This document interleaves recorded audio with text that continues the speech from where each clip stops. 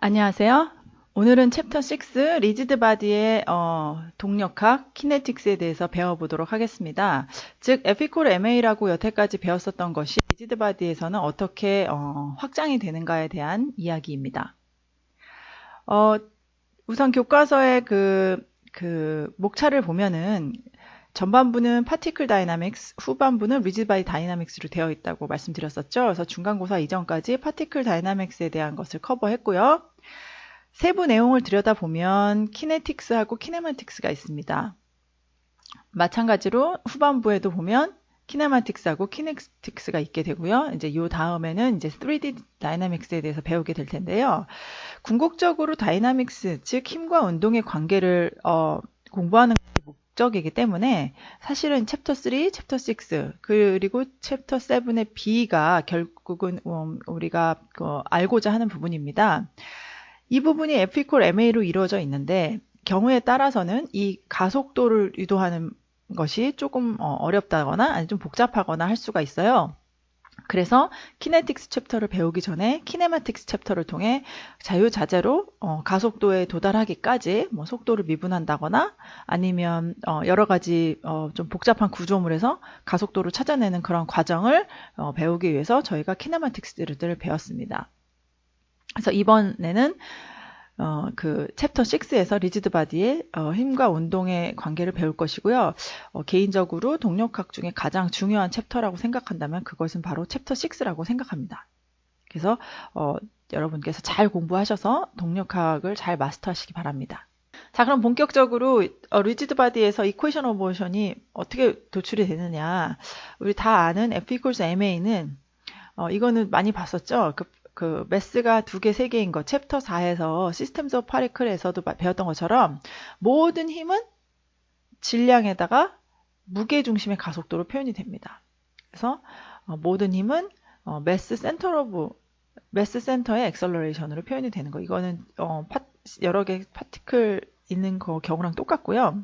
추가적으로 모먼트 이퀄 I 알파 이 식을 유도할 건데요. 말씀드릴 건데요.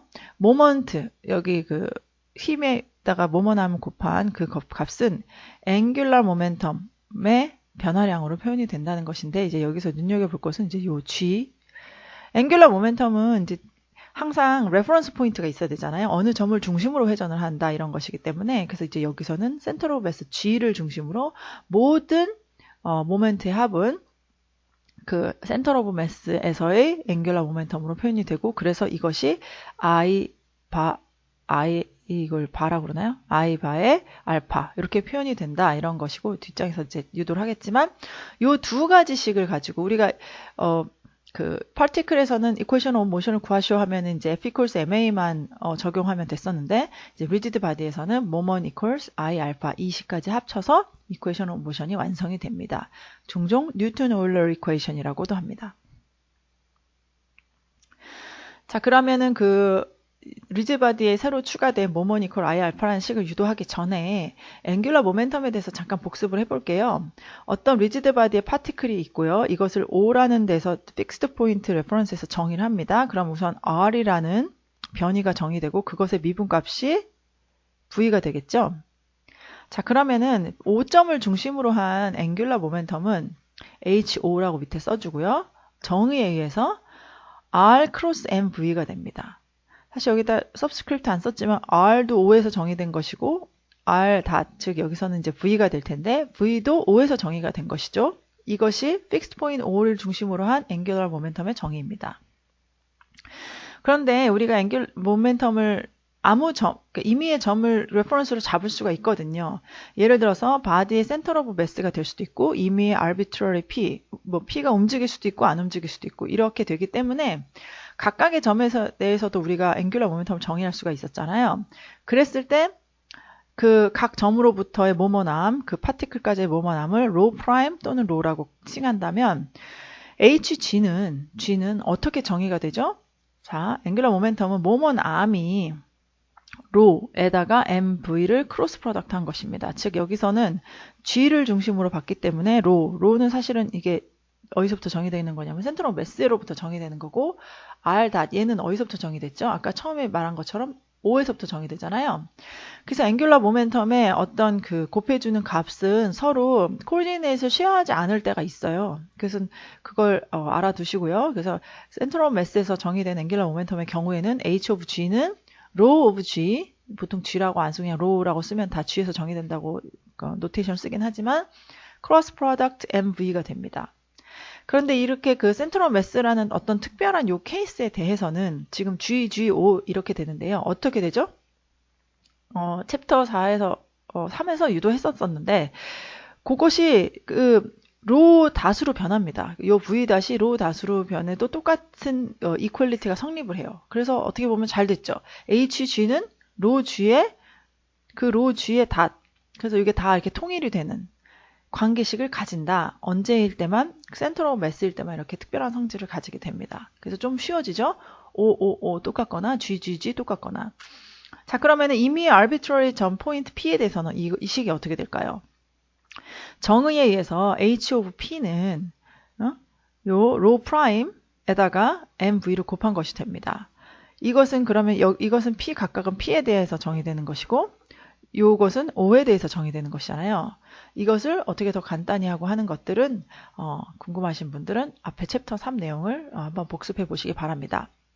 이 중에서 특별히 이 부분에 대해서 그 센터 오브 매스를 중심으로 한 앵귤러 모멘텀에 대해서 한번 조금 더 살펴보도록 할게요. 앞서 말씀드렸듯이 이제 HG, 앵귤러 모멘텀 G는 GGG, 렐러티브한 그 G를 점을 중심으로 렐러티브한 앵귤러 모멘텀으로 표현이 된다고 했는데, 즉 무슨 말이냐면은 G를 중심으로 로라는 디스턴스라는 모먼 암에다가 요것의 속도를 만큼의 벡터를 곱한 것이 되죠. 자, 그런데 이제 이게 그 센터럴 매스를 중심으로 이제 회전을 하고 있는 경우를 생각을 해봅시다. 이렇게요.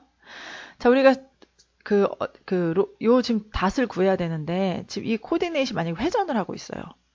회전하고 있을 때 로 닷은 그냥 간단하게 이 매그니튜드의 변화만 하면 안 되는 거였죠. 저희가 앞서서 챕터 5에서도 다뤘듯이 어떤 값을 미분을 할 때 그 좌표축이 오메가로 회전하고 있으면 단순한 미분값 외에도 오메가 크로스 그 셀프 요 값에 대한 요 텀이 생기잖아요. 그래서 로 닷도 지금 이 물체가 리지드 바디가 센트럴 매스 중심으로 오메가로 회전하고 있을 때는 요 텀을 생각해 줘야 됩니다. 오메가 크로스로. 따라서 여기다 그걸 대입하면은 로 I 크로스 프로덕트 매스에다가 로 크로스 요 텀이 들어가게 되고요. 그 다음에 이제 그 센트럴 매스에서의 그 거리의 미분값이 되는데요. 리지드 바디라고 한다는 것은 이 거리가 변하지 않죠. 시간에 따라 변하지 않기 때문에 이 값은 0이 됩니다. 따라서 우리가 얻게 되는 값은 m 로 i의 스퀘어의 오메가 텀이 되고요. 요 텀을 이게 다 물체가 갖고 있는 어떤 지오메트리하고 매스 디스트리뷰션에 의해서 결정이 되잖아요. 요 텀을 우리가 I 바라고 정의합니다. 여기서 지금 로 I가 센터 오브 매스에서부터의 거리의 제곱으로 되어 있기 때문에 I 바라고 표현하고 이거를 매스 모먼트 오브 이너샤로 표현하게 됩니다. 따라서 우리가 HG는 I 바의 오메가 이렇게 표현이 되고요. 이것을 미분해주면 센터 오브 매스를 중심으로 한 모먼트의 합은 G를 중심으로 한 앵귤러 모멘텀의 시간에 대한 변화율이고 그것이 바로 I 알파로 표현되는 이 앞에서의 추가된 이퀘이션 모션을 우리가 유도를 해보았습니다. 자, 그래서 요약하자면 리지드 바디에서는 우리가 앞에서 다뤘던 F equals MA 외에도 모먼 이퀄 I 알파라는 요 식이 하나 더 추가가 됐다는 것. 그래서 여러분께서 이퀘이션 오브 모션을 구하시오라고 하는 문제를 봤을 때는 F 이퀄 MA 외에도 페어로 모먼트 이퀄 I 알파라는 식으로 유도를 해주시면 됩니다. 다음 시간에는 실질적으로 예제를 몇 개 풀어보도록 하겠습니다.